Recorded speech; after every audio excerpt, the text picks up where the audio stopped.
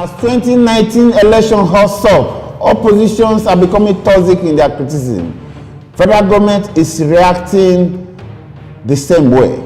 Is this irresponsibility on part of opposition or political high-handedness on part of the government? Platform Media International examines. National PMI. My name is Joe Ehizode. Lately, there has been some uprising and political upheavals in the political terrain in Nigeria. The Nigerian federal government and the political opposition.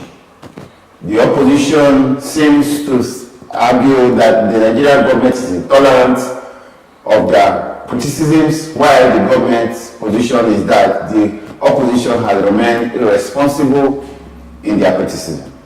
Tonight, we are going to look at the pros and cons. What are the issues at stake and what is the reaction of government? Is the government becoming too intolerant or the opposition is showing signs of irresponsibility? In my studio tonight, I have my very good friend, Obi Nziadibe. Obi Nziadibe, welcome to the program. Thank you, Joe. It's been a while. We missed you while you were away. Thank you. And viewers have been asking where is Obi, but now you have him in the studio and he's going to give it the way he seems deemed fit. And I'm sure at the end of the day, you will be satisfied. Back to business. Obi, the federal government and the opposition has been at each other's neck lately. And perhaps we can recount a number of occasions when we mean opposition now. It's not the political opposition leaders. We also mean other opposition, political or economic opposition, or whatever, ethnic oppositions too. Let's put it that way. Has the federal government, in a nutshell, has the federal government reacted well, or has the opposition shown signs of irresponsibility in their demands? In the first instance, I don't think the federal government has been too harsh in dealing with issues in Nigeria. There have been points of excessive actions by the federal government, at least in the areas where it suppressed ethnic uprising. But in dealing with the opposition as a political party, they had shown fairness. Fairness. Okay. Well, we'll take it one at the other. Political opposition and perhaps what I would mean the demands within Nigeria, either the labor union or breakaway group. Let's first of all deal with the political opposition, which you said is fairness. There's fairness in their dealings with the federal government. Obi, I look at the criticism of PDP, People Democratic Party of Nigeria, has been having the upper hand. If some people will say, well, their APC government, they are paying them in their own coin, because when PDP was in government, APC, who is in government right now, who was in the opposition then, were very toxic in terms of criticism. But now PDP seems to be having the upper hand.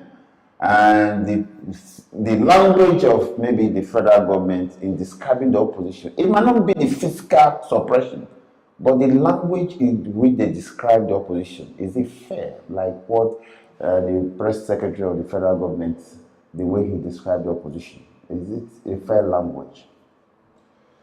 I don't have any problem with that. When PDP was in power, it went beyond the bars in dealing with the opposition. I will give you several instances. Okay. Lagos State, for instance, was denied its federal allocation. I remember that over many years. We had a police commissioner called Joseph Mbo, who was in Rivers State, barricading access to the government house. We had Ike in Oka, who imprisoned the governor, to force him to resign. We had Amechi, whose aeroplane was impounded or was denied the ability to take off from Akure Airport when he was going to Ado-Ekiti to show solidarity with firemen. Mm-hmm. We also had Oshimole, whose helicopter was prevented from leaving Benin Airport. And so those were the actions of the PDP while they were in power. I have not seen similar actions from the APC against the PDP at this current time. And so whether the PDP had been intolerant or the APC had been fair, what needs to be done is for a discussion to ensure, to say, whichever government that is in power, these are things you ought not to do to our fellow countrymen. That discussion is not taking place, and that worries me. Part of the issues of democracy is having the free will to air your opinions. Yes. And what I see in the PDP, they do have that. But the government or the PDP, for instance, look at what is happening right now, that the sitting Senate president is levying a kind of a serious allegation against the chairman of APC that he took $50 million. I mean, Nigeria, I'm afraid that money does not mean anything to them. $50 million will be, you and I will stay here. $50 million is a whole lot of money that people bandy about in Nigeria to have been taken. Is that something, is that a credible allegation? And there's a credible allegation. I thought the people who are accusing should supply the evidence, but they are threatening fire and brimstone that they will meet in court. There's nothing wrong with such allegations. Okay. The court is the place for Shemele to clear his name. If the Department of State Security called him aside and quizzed him over 8 hours, there is something, there is no smoke without fire. Without fire. Shemele had lost his credibility. In other countries, he would tender his resignation. And Saraki is happy that this thing is happening. He's happy that the man who wanted him to leave is in hot waters. Shemele didn't do well with the primaries, and he did offend some interest group, but he has not demonstrated astute political leadership. Well, is that not a good sign that a sitting government, the chairman of a sitting government, was quizzed by DSS? And that's, if we think back, that will not happen in an African state where a sitting government, the chairman, to ask or to call them to a negotiating table. Is that a right strategy? It wasn't a right strategy. That was precisely the reason Babangida gave for removing him from the sitting party government in power was being quizzed. Otherwise, it wouldn't have happened. So, to ask or to call them to a negotiating table. Is that a right strategy? It wasn't a right strategy. That was precisely the reason Babangida gave for removing him from. Is that not something we should be grateful about? No. To ask or to call them to a negotiating table. Is that a right strategy? It wasn't a right strategy. That was precisely the reason Babangida gave for removing him from. It shouldn't be, because Oshogole is to ask or to call them to a negotiating table. Is that a right strategy? It wasn't a right strategy. That was precisely the reason Babangida gave for removing him from. A minority Nigeria. He comes from a those states. If he was a chairman from northern Nigeria, the DSS cannot stop him. If you commit a crime and you come from a those state, or you come from the southeast, or you come from Lagos from the southwest, it becomes magnified. So if you go to London, you get arrested. If you come back to Nigeria, you get arrested. But if you are a northerner, your sins do not count. That is what another angle be. Thank you for bringing that out. There's somebody who contested, who resigned from the civil service, went to go and contest an office, lost, and came back, and is still saying that that position belongs to him. Yes. And he's from the northern part of Nigeria. Oh, yes. So you can get away with anything you do if you're a northerner. So what is the adequate reaction that people from the south should have to show? Well, to understand the situation they are in, they don't fully understand it, and Oshomole is beginning to know that even though he is the national chairman of APC, he is still considered an outsider. Okay. In the political circle. Okay, that takes us to the other angle. The demands. I give an example. There was a demand of one of the Niger Delta areas under Obasanjo. I think that happened in Zaki Ibiam. I remember Zaki Ibiam. OD, talk about the Biafra. Yes. And that was quick and decisive. Yes. But Boko Haram has been in existence for how many years? And Boko Haram occupies less than a local government in northern eastern state. It has not been crushed. What is that?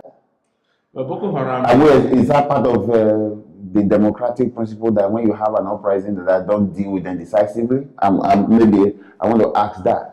But it cannot. The moral power to deal with Boko Haram decisively is not there. The military strength to deal with them is also not there.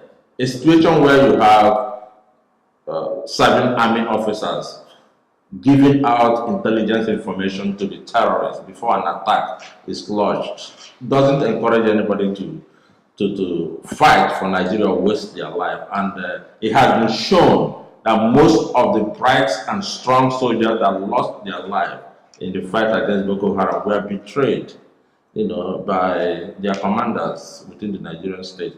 So Boko Haram is both a political force and a religious force. It's not just a group of terrorists. It's a force that is kept in waiting until a southerner becomes the president, and then you will see. But despite the fact that Buhari from the northern part of Nigeria is in power, but Boko Haram is still striking. But they have not dealt with it just the same way they dealt with the Biafran uprising. You remember Cameron was in his village when the soldiers, the Operation Python, yes, came out in the dead of the night, and that was the last time we saw Cameron in Nigeria until he showed up recently in Israel. That was better, and since then the Biafran opposition has gone underground. But Boko Haram has been there, even under Buhari, it is still striking. So why the double standard? That is the Nigerian state for you. That is the Nigerian state for you. It treats any opposition outside the northern enclave as an opposition that will be crushed. They receive support from Britain, they receive support from other countries, and to make sure that there is no opposition from the south. Whereas opposition from the north is encouraged and incubated and armed and financed to launch attacks against Nigeria.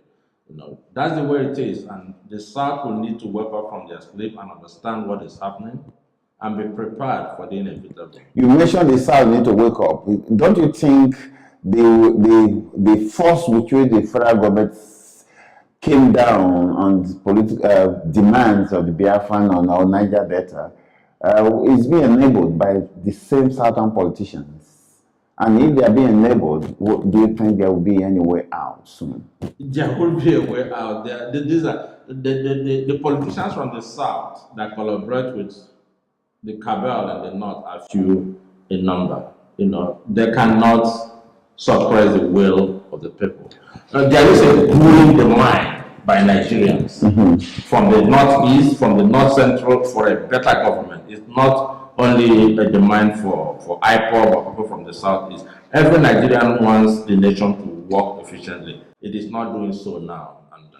Yes, because we mentioned that at the beginning. Irresponsibility is irresponsible part of the opposition or high-handed in some part of the government. Do the demands of these bodies, are they genuine in your opinion? They are genuine. They are genuine. Their desire is for a better Nigeria, and the political development of Nigeria will come about when the opposition tables their views and the government in power studies these views and makes a proposal on how to fix it. That is not happening. Suppressing these views will be prolonging the evil day. The strategy of General Buhari, the current president, is different from the strategy for former President Obasanjo and Yar'Adua. Obasanjo called Asari Dokubo to flew him to Abuja for discussion, although he was later arrested. But Yar'Adua discussed and even gave them kind of an incentive, like an amnesty, to drop their guns. That worked. But Buhari seemed not to be ready to discuss at all, to ask or to call them to a negotiating table. Is that a right strategy? It wasn't a right strategy. That was precisely the reason Babangida gave for removing him from power in 1985. He is uncompromising and he is not prepared to tolerate alternate views. And Nigerians have seen in the last 3 years that he is not fit, he is not competent to be a Nigerian head of state. Nigeria is a multinational country. You cannot rule it by fiat, by decrees. On the other side, before we close, let me ask you on a lighter note. This rumor going around, do you think it's credible that the person that will call Buhari is cloned? Do you think that is credible? No. Anyway, one of the politicians in my village used to say that if you cannot do somebody anything, you lie against him.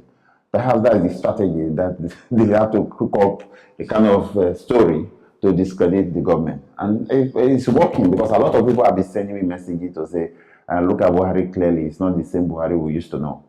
I don't think 180 million Nigerians can be fooled. Can be easily fooled. So if you see somebody who is not Buhari, we would know.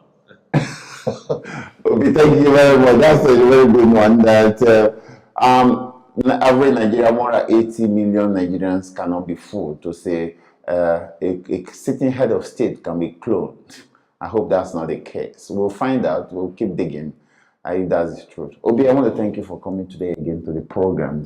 We're giving this a good justice, and our viewers are happy for it. Viewers, that's Obi Izadibe on Talking Point and Political Arena about Nigerian opposition and the federal government. Who is on the right side? Is the government on the side of high-handedness, or the opposition is showing signs of irresponsibility? We have discussed that. It's yours to form an opinion. I'm yours sincerely, Joe Ezode, signing off on Political Arena on PMI. And I say, have a happy good night. Bye-bye.